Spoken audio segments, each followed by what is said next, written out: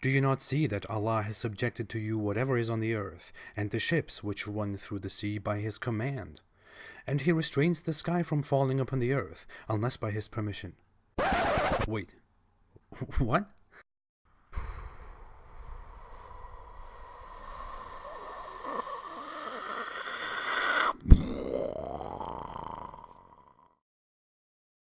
Indeed, Allah to the people is kind and merciful.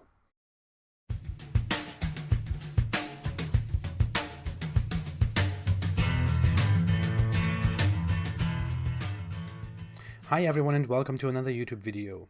This is the beginning of a series that I call Crazy Quran Verses. In this series, we will go through verses or collections of verses in the Quran that seem a bit crazy. Crazy due to scientific flaws or to other logical issues or even personal issues or his insecurities. If you have any suggestion for this series, please make your suggestions in the comments section. And also, before I forget, please support me on Patreon. God damn it.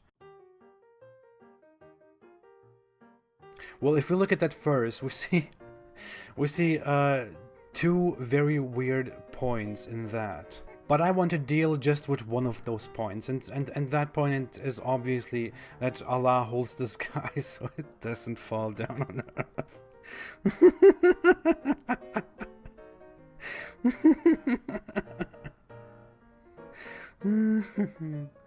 Anyway, if you read it as a Muslim, as a believer who doesn't want to doubt his religion, you might think, well, this probably means something else, something different, or you don't even want to think about it. You don't even want to question the point behind this verse and the logic behind this verse, but it's basically what it says. Some Muslims might still say, well, you're reading the wrong translation, and you have to read the real translation, and you have to go to a scholar to understand it. Well, let's look at translations. A translation by Shakir, a well-known translator of the Quran, says, "And He withholds the heaven from falling on the earth, except with His permission." Goal. Muhammad Sarwar, also very prominent, says, "He prevents the sky from falling on the earth unless He decides otherwise." Mohsin Khan says, "He withholds the heaven from falling down on earth, except by His leave." Maududi, also very prominent, says, "And it is He who holds back the sky, that it may not fall on earth except by His leave." Waiduddin Khan, very prominent, says he holds back the sky from falling down on earth except with His permission. Pickthall, very, very, very prominent, especially in the West, says, "And He holdeth back the heaven from falling on earth unless by His leave. Lo, Allah is for mankind full of pity and merciful." Anyway, one translation that I found, Yusuf Ali, very well spread, says He withholds the sky and, in parentheses, rain from falling on the earth except by His leave. But translations by Yusuf Ali are very large translations that are mostly accurate in their translations, but you can find explanations by him in the Quran verses, explanations that are usually not there, like this rain in the parentheses. I can understand why he put that there, because it doesn't make sense otherwise. So as you can see, the translations, no matter what translation I pick, it basically says the same thing. I mean, these are the most prominent translations in the world, and they say the same thing. And because it says the same thing in Arabic, it says that the sky is held by God. Some say that it refers to some divine thing that we can't see, which is heaven, but it obviously refers to the sky, which is above us. Well, there are some very obvious points here. First, the sky is not a solid thing. It can't fall down on earth. There's no such possibility. It's not some kind of object that stays there that can somehow fall down on earth. According to the Quran it is, but... And what the hell would happen if the sky could fall down? That brings us to the main point of this conversation. Whenever we point out flawed Quran verses, whenever we show Muslims Quran verses that were obviously written out of confusion and ignorance and just weirdness, they want us to go to scholars. Let's go to scholars. Let's see what tafsirs say. Tafsirs are exegesis, interpretations and explanations of the Quran.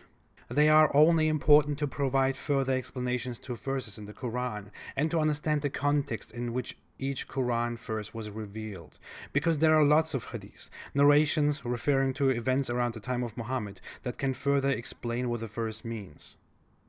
Lots of verses might seem at first a bit ununderstandable because you don't know what's really going on, but there is actually something behind that happened at that time, and those things are generally explained in hadith. For example, in Quran 2.282, the divine book says that in some cases, in agreements, there have to be 2 witnesses. If there are not 2 male witnesses, then there have to be 1 male witness and 2 female witnesses, which puts 2 women on the level of 1 man. Muhammad explains this further in a hadith by saying that women are deficient in intelligence. We need that information to figure out that Quran verse, and it doesn't make it better. Now we have a little problem. If you want to find an explanation of this Quran verse, we might not be very successful, because many scholars who wrote tafsirs didn't even have a problem with this Quran verse, so they didn't even make a comment on this. But here we have an explanation from one of the most respected, still one of the most respected scholars of tafsirs ever, Ibn Kathir. Let's look what he says. Ibn Kathir lived in the 14th century, and he wrote his explanation, his exegesis of the Quran in that century. He says, "He withholds the heaven from falling on the earth except by his leave. If he willed, he could give the sky permission to fall on earth, and whoever is in it would be killed. But by his kindness, mercy, and power, he withholds the heaven from falling on the earth except by his leave." So again, the divine book, the Quran, the perfect book that was written by God from the perspective of God, who knows everything, who has all the knowledge on everything, says that the sky might fall down. And he holds it for us because he has so much mercy and kindness for us. Thank you for watching. You can follow me for updates on social media. My Instagram account is open again, so you can follow me there before Instagram bans me again. And my Twitter account is quite active too. My Patreon is active. Have a nice time. See you on Friday with a controversial topic. And stay away from Islam. Bye.